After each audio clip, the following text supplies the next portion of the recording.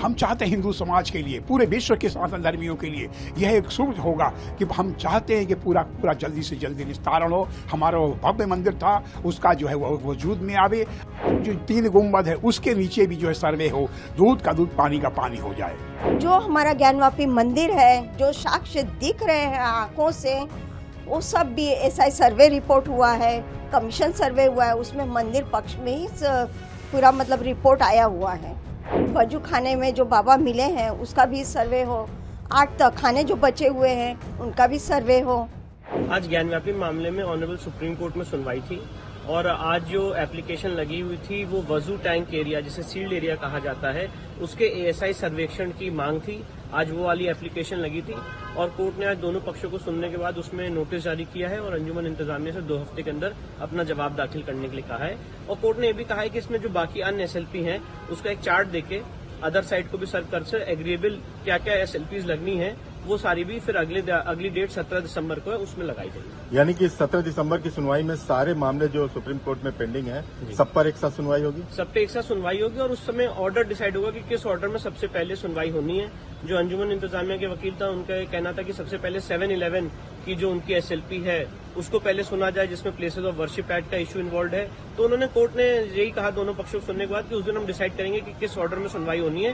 पर जो SLP list करना चाहते हैं उसका एक चार्ट बना के ऑनरेबल कोर्ट को प्रोवाइड करें और उस आधार पर वो सारी SLP और सारी IAs अगली तारीख पे 17 दिसंबर को लिस्ट होंगी। और आज जो एप्लीकेशन लिस्टेड थी वो थी वजू टैंक एरिया, जहाँ पे शिवलिंग और फाउंटेन की इशू है, उसमें ASI सर्वे को लेके, और उसमें कोर्ट ने अंजुमन इंतजामिया को और बाकी पक्षकारों को नोटिस जारी किया और 2 हफ्ते के अंदर जवाब मांगा। तो SI सर्वे के पहले उसे डीसील करने का भी आदेश कोर्ट को देना होगा। बिल्कुल, उसकी भी हमने मांग की है कि जो सुप्रीम कोर्ट का ऑर्डर है 11 नवंबर का, उसको मॉडिफाई किया जाए और उस मॉडिफिकेशन की भी याचिका जो एप्लीकेशन है वो उसके साथ ही लगी थी, इसी में ही प्रेयर थी।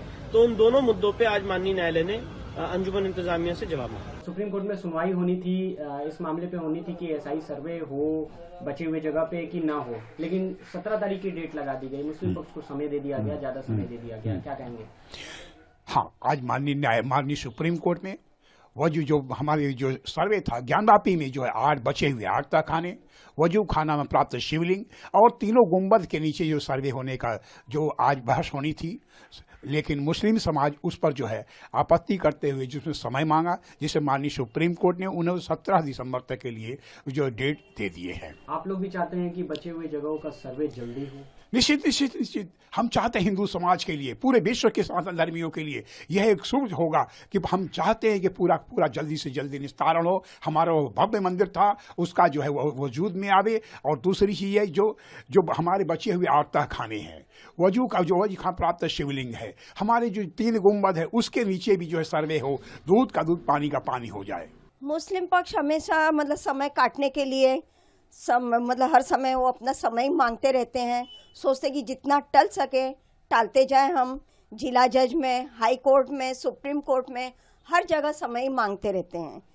लेकिन जो हमारा ज्ञानवापी मंदिर है, जो साक्ष्य दिख रहे हैं आंखों से, वो सब भी SI सर्वे रिपोर्ट हुआ है, कमीशन सर्वे हुआ है, उसमें मंदिर पक्ष में ही पूरा मतलब रिपोर्ट आया हुआ है।